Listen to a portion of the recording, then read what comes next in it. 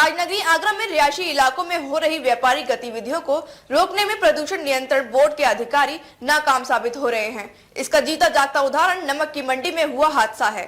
इसको लेकर डीजी महाराजा न्यूज ने प्रदूषण नियंत्रण के क्षेत्रीय अधिकारी से इस बारे में बातचीत कर उनके द्वारा की जा रही कार्रवाइयों के बारे में जाना। ताजनगरी आगरा में प्रदूषण नियंत्रण बोर्ड की अनदेखी के मामले लगातार सामने आ रहे हैं, लेकिन प्रदूषण नियंत्रण बोर्ड के अधिकारी अपनी आंखें बंद किए हुए हैं। ताजा मामला नमक की मंडी का है, जहां बहुत कम जगह होते हुए भी बहुत बड़ी व्यावसायिक गतिविधियां अमल में लाई जा रही हैं। इस वजह से वहां बड़ा हादसा हुआ, लेकिन विभाग अभी भी आंखें बंद किए हुए हैं।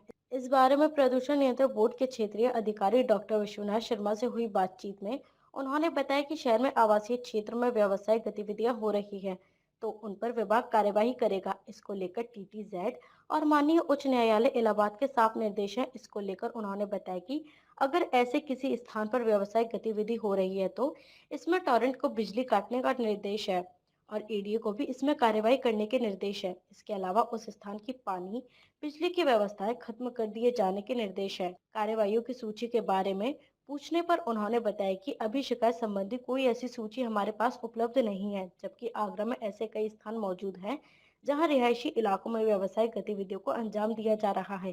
कई लोगों द्वारा मौखिक रूप से क्षेत्रीय अधिकारी पर सेवा शुल्क लेने के बदले में कार्रवाई न करने के आरोप भी लगाए गए हैं। इन आरोपों को क्षेत्रीय अधिकारी ने नकार दिया। मैं डॉक्टर विश्वनाथ शर्मा यहाँ पे क्षेत्रीय अधिकारी के पद पर तैनात हूँ।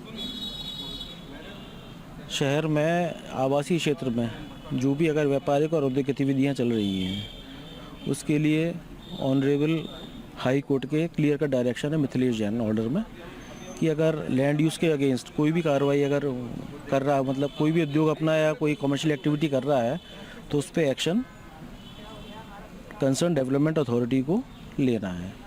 इसी क्रम में कंप्लेंट हमें प्राप्त हुई थी जो कि आगरा में इमिटेशन ज्वेलरी से संबंधित थी, इलेक्ट्रोप्लेटिंग इकाइयों के संबंध में। उसमें चेयरमैन टीटीजेड ने अपने मीटिंग में आदेश जारी किए हैं कि टोरेंट पावर इनकी बिजली काटे और लैंड यूज़ के विपरीत अगर कोई इंडस्ट्री आवासीय क्षेत्र में चल रही है तो एडीओ उसमें कार्रवाई करे। अगर वो पानी यूज़ कर रही है तो उसकी जल और पानी की लाइन काटी जाए।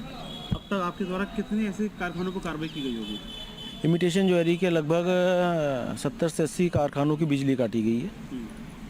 आपके द्वारा कार्रवाई कराई गई है? हाँ। लगभग कितने कारखाने चल रहे होंगे पूरे? इसके बारे में हमें कोई अंदाज़ा नहीं कितने चल रहे होंगे, कितने, इसकी कोई सूची हमारे पास उपलब्ध नहीं है। जैसे जैसे कंप्लेंट्स आती हैं तो कंप्लेंट को लेके हम उस पर कार्रवाई के लिए डेवलपमेंट अथॉरिटी और टोरेंट पावर लिमिटेड को हम लिखते हैं। और क्या कार्रवाई कर रहे हैं आप और आप? यही कार्रवाई कर रहे हैं जो कोर्ट के ऑर्डर्स हैं। ऑनरेबल हाई कोर्ट का जो ऑर्डर है उसी को ऑनरेबल सुप्रीम कोर्ट के ऑर्डर ने भी कंफर्म किया है। एनजीटी के भी डायरेक्शंस हैं कि रेजिडेंशियल एरिया में एक्टिविटी ना हो, इनको डेवलपमेंट अथॉरिटीज़ और कंसर्न डिपार्टमेंट्स जो हैं उसको बंद कराएं। अभी ऐसी कोई सूची उपलब्ध है आपके पास जिनका अभी कार्रवाई होनी बाकी है? नहीं, ऐसी कोई सूची उपलब्ध नहीं। जैसे जैसे कंप्लेंट्स, मैंने आपको बताया ना, जैसे जैसे कंप्लेंट्स हमारे पास आती हैं आईजीआरएस के माध्यम से, ऑनलाइन कंप्लेंट्स, मेल के माध्यम से, तो उसको हम कार्रवाई करने के लिए जिला प्रशासन को और विकास प्राधिकरणों को हम भेज देते हैं। 10 ऐसे कारखानेदार हैं जिन्होंने आप पर सीधे तौर पर ये आरोप लगाया है कि आप उनके यहाँ कार्रवाई के लिए जाते हैं और कार्रवाई ना करते हुए उनको समय दिया जाता है। जब वो उस समय पर उतना पैसा आपको उपलब्ध नहीं कराते हैं तो उनको फिर तो जो जिसने भी कहा उसको आप मेरे सामने प्रस्तुत करें।